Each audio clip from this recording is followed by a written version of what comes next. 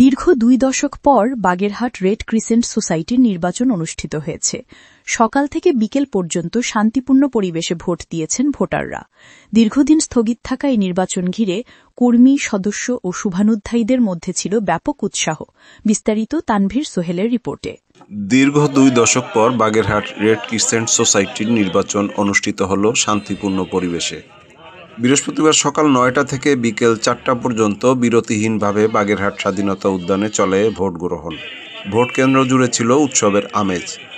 মোট 2712 জন ভোটারের মধ্যে 782 জন ভোটার তাদের ভোটাধিকার প্রয়োগ করেন। কর্মী ও সদস্যদের অংশগ্রহণে জমে ওঠে পুরো নির্বাচনী মাঠ। দীর্ঘ বিরতির পর এই নির্বাচন ঘিরে প্রত্যাশাও ছিল বেশ। দীর্ঘদিন মানুষ ভোট দিতে পারে না। জাতীয় নির্বাচন থেকে স্থানীয় নির্বাচন, বিভিন্ন সামাজিক সংগঠনের নির্বাচন, মানুষের মধ্যে ভোট না দেওয়ার যে আক্ষেপ, সেই আক্ষেপটা আজকে আমরা দেখতে পেলাম। রেড ক্রিসেন্ট বাগেরহাট জেলা নির্বাচনে স্বতঃস্ফূর্তভাবে মানুষ কিভাবে ভোট দিচ্ছে, কত আনন্দঘন পরিবেশ, একেবারে ঝামেলা মুক্ত, প্রেশার মুক্ত, আনন্দঘন পরিবেশে ভোট হচ্ছে। আমরাও আনন্দিত।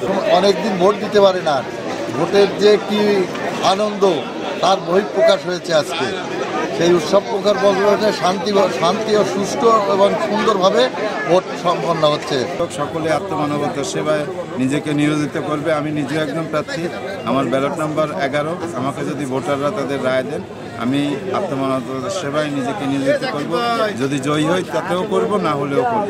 রেড ক্রিসেন্টের সদস্য আছি, থাকবো ইনশাআল্লাহ।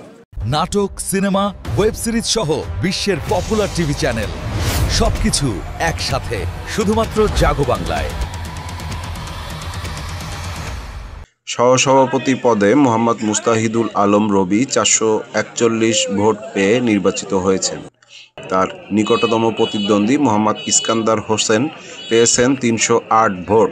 সাধারণ সম্পাদক পদে বিজয়ী হয়েছেন মাহবুব রহমান টুটুল, তিনি পেয়েছেন 398 ভোট। তার নিকটতম প্রতিদ্বন্দ্বী মোহাম্মদ কামরুজ্জামান পান 211 ভোট। এছাড়া নির্বাহী সদস্য পদে 5 জন নির্বাচিত হয়েছেন। ভোট গ্রহণ থেকে গণনা সবকিছুই সম্পন্ন হয়েছে শান্তিপূর্ণ ও সুশৃঙ্খলভাবে। দীর্ঘ সময় পর অনুষ্ঠিত এই নির্বাচন বাগেরহাট রেড ক্রিসেন্টের কার্যক্রমে নতুন নেতৃত্ব ও নতুন দিক নির্দেশনা যোগ করবে বলে আশা করা হচ্ছে। বাগেরহাট থেকে তানভীর সোহেল, জাগো বাংলা নিউজ।